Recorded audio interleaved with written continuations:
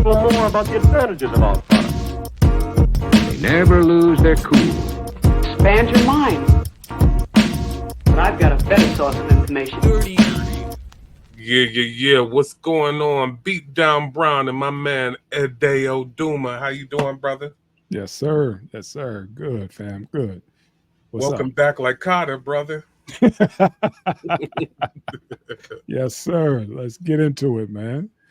Okay, man. So right now off top, we got 45 trying to act like he is Curtis Jackson right now in this situation. Somewhat, man. And, and 50 is helping. 50's helping with this too. He's trolling, doing using his face in the concerts and shit after this the shooting. Context, we're talking about 45th the assassination attempt on him, and how it's affecting the hip hop community. Actually, I'm gonna take it back from y'all old playbook. Allegedly. Yeah. Yeah, man. Mr. Curtis Jackson is never letting a tragedy go to waste. Is riding this wave. Using his infamous song of Many Men, which is they said the streams are like at over 250% since the shooting. This brother is he's making money off this shit. Go ahead, man. Please tell me you saw the video though. Whatever the animator. I apologize to fellow YouTuber that I'm sorry, he's always on point with those joints, but actually had Trump in the studio doing it. Going nuclear as is a part of his shtick with his animations. Yeah. But had the AI voice doing Trump doing 50s voices with the switch up on the verses and like that. Yeah, that was wild. It's makes for great content. It's messed up situation no matter what, no matter who's in office. You just we don't condone any of that type of nonsense, that type of violence. But in our world, we're gonna talk about it and try to make light of it a little bit. But anyway, man, yeah, I saw the one where he took Game's verse on "Hate It or Love It," and and he jumped in. I was like, that shit is crazy. I mean, like instantly, I was like, y'all are on point with this, man. I wish we were that fast, but we got like real lives, outside of this, and we just couldn't hone in on it right then and there. But yeah, man, 50, he's running with it, man, and he's making paper off this 250%. God dang, man, that is damn. Well, that's a lot, man. Go ahead. Let's hold up here. Don't say we got real lives. What happened is, brother Edeo Duma, living the baller lifestyle he did. You was on a yacht in the Capri Islands, right? That's what I did. You know what I'm saying? Obviously, the Kanye chick cleared for you and not for me. I was at work. I got you. Fair enough. Homeboy came back with a nice little beach glow. You know what I'm saying? He's up there like his skin is fresh. And look, I think that's a fresh hat. Look, you know what I'm saying? He flipped everything up, man. Got sun kissed a little bit. That's needed once in a while. And yeah, man, that shit was crazy. Like you said, you're on vacation and shit like this pop off, and it's kind of like you want to jump on, you want to fire up a mic, but you're trying to chill. You're trying to escape all that bullshit just for a little bit. And it's like, you got to be kidding me, really? And then, it's wild because we'll hop back to the Curtis angle in a second, but it's wild because you got the speculation of how accurate it is, isn't whatever, what's presidential in this situation, because right now, as it stands, there was a life loss at the event. Mm-hmm. The whole thing was handled strangely. And the first thing everybody says is he didn't visit the family of the person that lost their life. The first thing he did is he went golfing. And it's like, okay, dog. Just me personally looking at it, I thought campaigning was about shaking hands and kissing babies. So shaking hands and kissing babies, the first thing you do, somebody lost their life, at your event, the first thing you do, looking very presidential and electable, especially in such a tumultuous election with all types of handicapping, and we're going to use that in the terms of sports. There you go. There you go. In the terms of sports, handicapping in this situation, you would use that for a leg up. Not trying to give advice. Trust me, I'm not trying to armchair quarterback and everything, but I'm saying that, in my opinion, was a bad look. To be like, you know what? I think I earned myself a kick it. But none of my business. And that one, like I said, no armchair quarterbacking in this situation whatsoever for either situation. Right. But yeah, it's wild because it's just like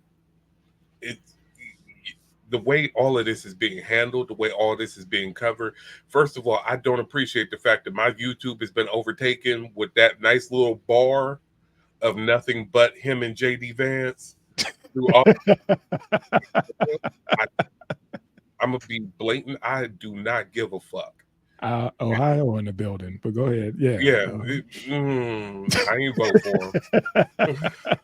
I Just go ahead, there. man. Yeah, just you know. I'm gonna say with my chest, I ain't vote for him. So Gotcha. Ohio in the building, whatever. So the fact that y'all got a nice little strip across that I can't hear about sample. I can't see who flipped the newest sample. I can't get my update videos for who doing what and other unfortunate events. You know what I'm saying? And I got to see y'all literally overtake my damn feed. Mm-hmm. Yeah, that pisses me off. That pisses me off. I mean, I'm looking for NCAA 25 reaction videos, man. That's what I'm looking for right now. I got you. I just saw something today, man, with I forget dude's name. Him and Amber Rose linked up, and because she spoke at the RNC, and and they got a video. I forget dude's name, big light skinned dude. I don't know what he is, but they got a new song supporting Trump, and hey, man, it's jumping in, in all aspects of our lives, man. It's go ahead. I'm just saying, with that big ass tattoo on her forehead, you couldn't have got a lace front, homie.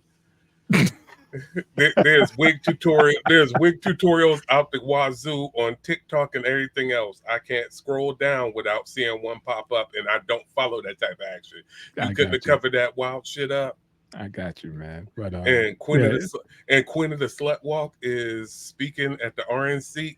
That part. This is the degradation of forming and going down into idiocracy that we have right here. And it's just like, this is wild, man. It's just like, what are the qualifications to be able to speak at a convention? Like, not just a convention, the RNC.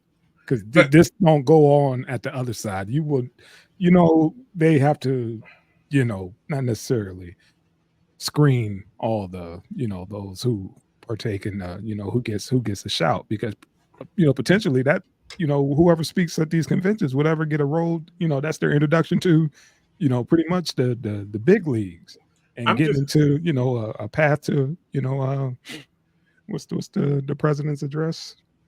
The Pennsylvania, get a pathway to Pennsylvania Avenue. I'm just saying, like, for real, I got a speaker at the RNC with an OnlyFans page. I'm just dog. Bro, this is where we're at, man.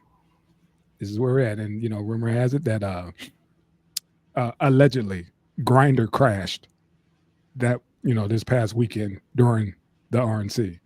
Just saying, that sounds about accurate.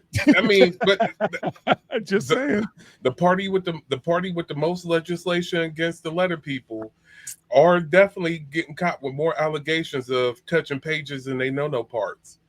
Yeah. So I mean, our brother, old man sent that to me today or whatever, and I was like, oh no, I thought he was playing, and I was like, for shits and giggles, let me go ahead and Google. And like, shits and giggles was definitely one who helped them crash that. So I like what you did there. What you call it, man? Now I got that on my what you call it, on my not necessarily my login or whatever, but my I understand. Grindr. It says Grindr crashes, and it popped up. RNC Milwaukee. A lot of folks try to jump on or whatever, and the whole shit was down. I was like, the whole system was down. This I like weekend, what I you was did like there. the whole The whole shit was down. down. Yeah, Pause. this weekend. Pause. For real. Oh man. Yeah. Like I said, we went off a little bit, but it all ties in, to the hell we were talking about as far as, Mr. Curtis, necessarily taking his opportunity and making a little bit of money on it, The funny thing about it is most people, I'm shocked that he didn't actually use that as a closing song, and there's a whole long video about what he did use for a closing song after his speech. I'm not going to go into it Okay. because I do not have the background. Search up TikTok opera RNC after RNC speech. Go on TikTok and search it up. There's a dude who really broke that down, and it was crazy with going into, we'll say conspiracy theory, because I don't look at that as a bad word, because theory is based on scientific fact. You know what I'm saying? When you look into things. Mhm. So definitely look that up, and I'll send it to you through the links, and slide that your way so you can check it out. But I'm shocked that he didn't actually use Many Men, even the edited version, somewhere during the RNC, because most other people would go in, hit him with a cease and desist. There's been plenty of rock acts that have done it before. Right. I was kind of shocked to hear that, like, he wasn't trying to slide in on the wave and throwing They Not Like Us up there. You know what I'm saying? I was real shocked when everybody's like, did you hear what the last song he used was? Like, please don't tell me this cat is gonna get a PG Lang takedown. Yeah. like don't use my song, man. Yeah. I know it's out there. Don't use my song.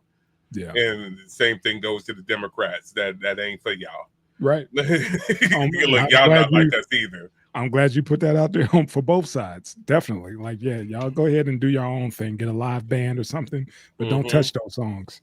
You know, and they should, get permission, and don't just have, their nephew who got a sick ass playlist, curate the fucking, the walk, the RNC or the DNC, It's I mean, come on, dog. Just to give you a rundown, who was all there. And another one,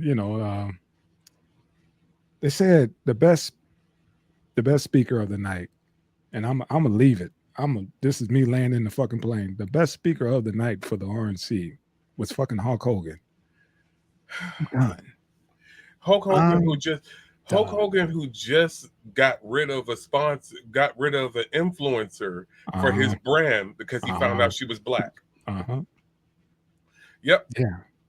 Yep. Like I said, man, I landed my plane on that whole segment. I know we're running a little fast, but yeah, man, I'm good with that. And that's another one that, talk about destroying my childhood, man. I'm gonna let you get it off your chest, sir. Talk about destroying my childhood, man. Yeah. Because I mean, I was definitely one of those million Hulkamaniacs. Yeah, eating my vitamins and saying my prayers, trying to get the church so I can rip it, because I didn't have the muscles. Trying to get them 24-inch pythons. That part. And then to find out just how much of a piece of shit this dude just continued. Like, it don't stop. It was like, okay, maybe it stopped after the Brooke thing. No, it just keeps getting worse year after year, day after day. Then it's like, okay, what, dude? And then it's just like, man, fuck you, fuck Kid Rock. Fuck Amber Rose. Throw them all in there. And it's just like, all you motherfuckers, like, in a big, steaming, burning barrel. Because we used to rock with him. Heavy. Heavy. Used to rock with him heavy. And come to find out, bro, you just don't like me? Got it. Okay. Yeah, I got it. I'm gonna rock my Booker t-shirt with pride because we coming for you, nigga. That was God, that was hilarious. I think old man sent me that. He's like, you didn't see that? I was just like, what? He was like, man, he sent me the link. I was like, oh no. What makes it wilder is I saw that live. That's funny. That's funny. See, I stopped watching it, back when wrestling was real, Iron Sheik, Junkyard Dog, when it was real. Now, that shit is watered down and, that was right before the Attitude Era and the NWO era for WCW, because that was I want to say that was WCW. So that was right before the NWO era, WCW, and right before the Attitude Era and WWF at the time. I don't even think it went to WWE at the time. I told you, man, back when it was real. Yeah, those was the hotbed times. Right after both of those eras quit, that I was done. But when those was both going, yeah, man, I was all in that shit. And right before that was when I was starting to fall back in, because going out and kicking it, all them wrestlers was coming through here, and we end up drinking at Bill's place and all them other spots with these cats. Nice. So it's just like, oh, I'm gonna check this out, man. It's like, okay, who's this Razor Ramon cat? Oh, that's who he is. Whatever. So yeah, with that being the case, yeah. He fucked up my childhood, man. Fuck you, Hulk Hogan. Randy Savage and Jake the Snake for life. Gotcha. All right, man. You want to get to this YouTube? Man, this is a wild hot button thing right now, because especially after this battle, yes, with the Drake miscue, and I also know what you just mentioned about the dude using AI for this remix or whatever as well. So but go ahead. So throw that back in. YouTube right now is hooking up with the record labels to look at actually coming up with a licensing deal for using AI using their actual material to train AI. So this is cool in one manner. What I'm saying is cool in one manner is if creators who use it creatively, so video creators and even some musicians who know how to not substitute making music but are doing other things with it. I'm looking at you, BBL Drizzy, but flipping this stuff up, they're actually trying to get, before the lawsuits take place, before it messes up and upends the music industry like it's messing around with the art industry I'm looking at doing right now. They're looking at getting a licensing agreement in on, like, let us train off of you. They're not going to infringe upon you, but this is what we want to do. It's always a slippery slope, and I listen to musicians, and this goes back to if you've never bothered to look at it or check it, this is for the audience, and I don't know if you checked it or not, but there's two documentaries. One's called Copyright Criminals, and the other one is called Sample This. Okay. And in that, it goes into hip hop and even electronic music with their sampling, and how people are on both sides of the aisle, love it, hate it, whatever. Some view it as an art form, some view it as there's no art and nothing involved with it whatsoever.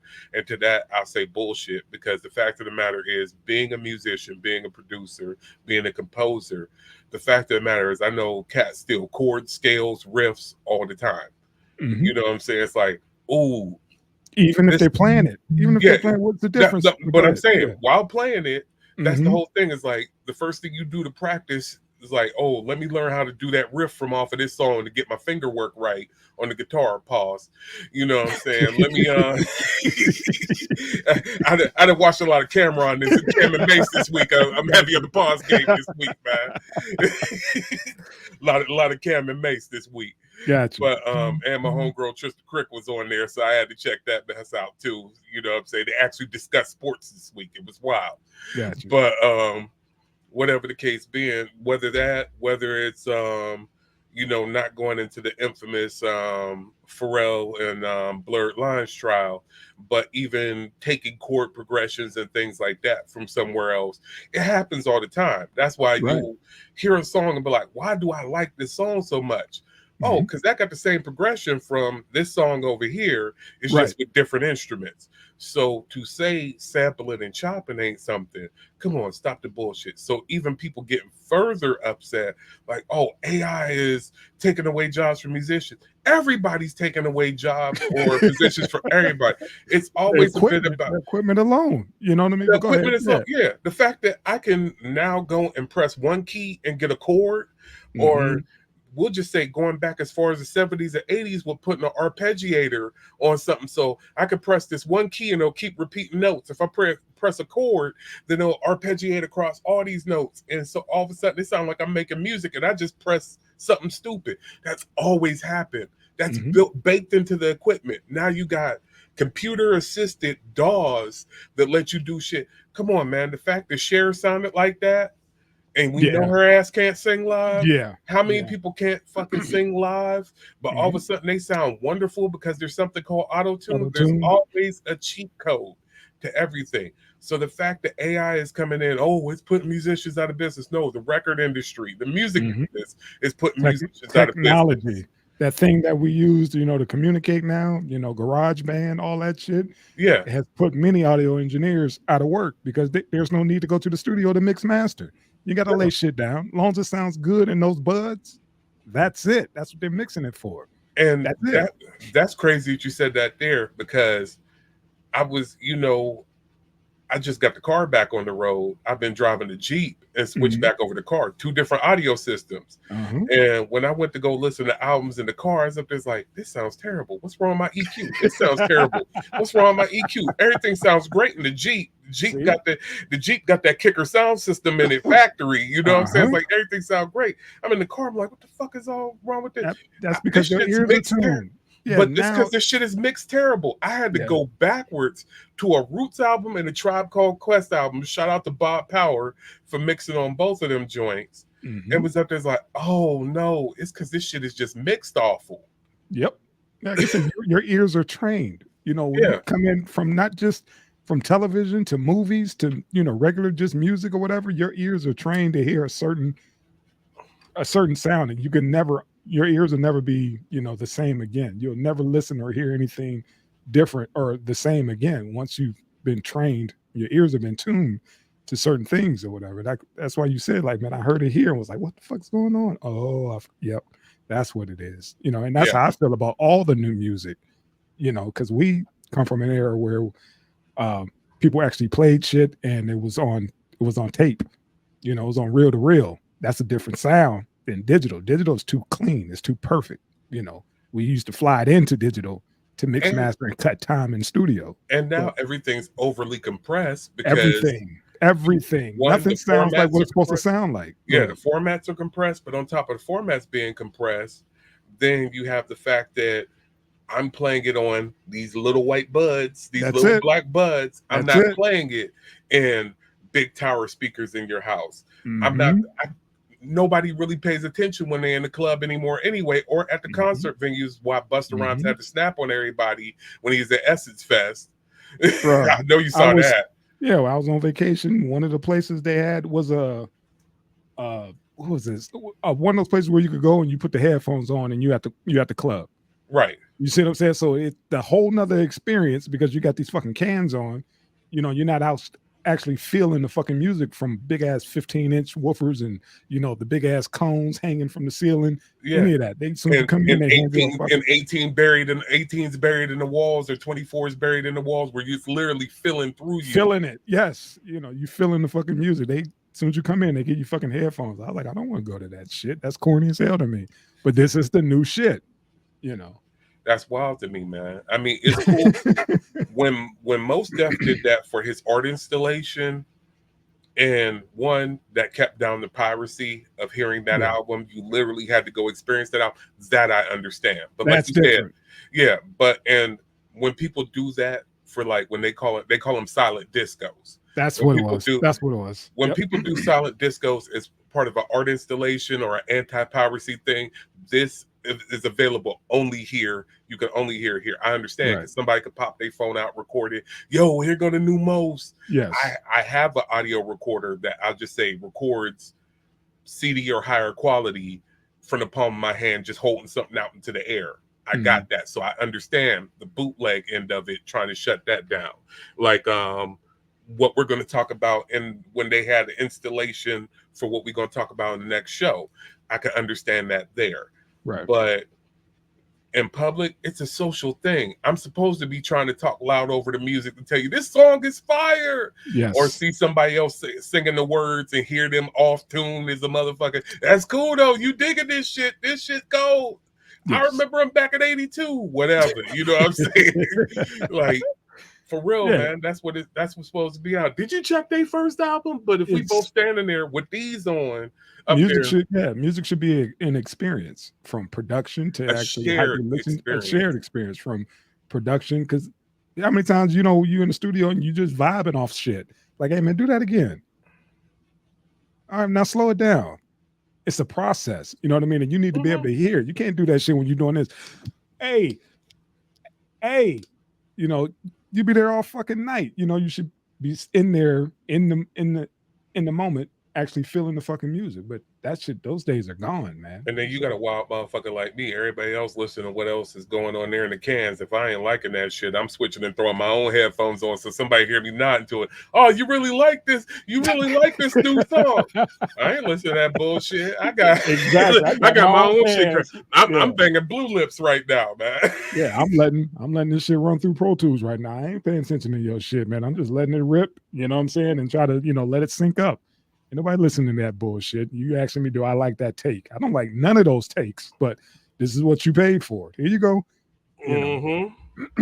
But yeah, man, the whole situation is crazy. How YouTube is finally coming to the table, and they talking to the labels like, hey man, we got to figure something out, because a lot of folks are getting jammed up. But you go through YouTube now or TikTok and you see these remakes of I saw Ice Cube, it said in the 1930s or 40s, whatever. Yeah. No Vaseline or whatever, the old school mix or whatever.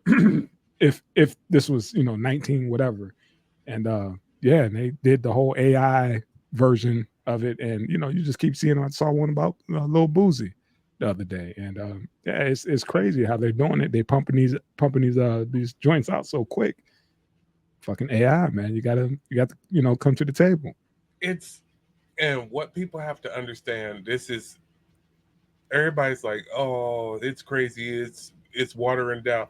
No, the industry watered itself down. Yep. The fact of the matter is only promoting what they wanted to promote, not promoting the whole thing as a whole, like it, love it, hate it, whatever. And I'm speaking mainly from a hip hop aspect, but even the fact of they killed rock bands, man.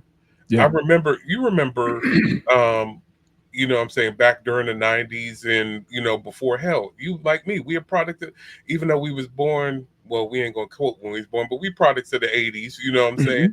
And growing up, and the fact of the matter is we like John Cougar Mellencamp just like the kid from Nebraska like John Cougar Mellencamp, because we grew up on everything.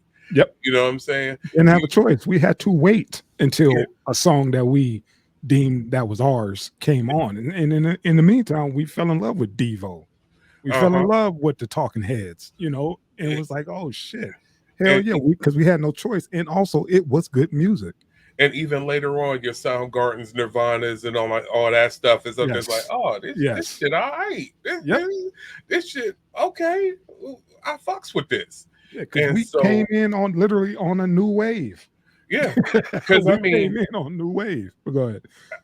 Looking at somebody like me, it's like, okay, y'all, he hip hop out. That's all he listen to. Man, I love me some fucking Monster Magnet, man. That shit is fucking hard. That shit is hard as hell.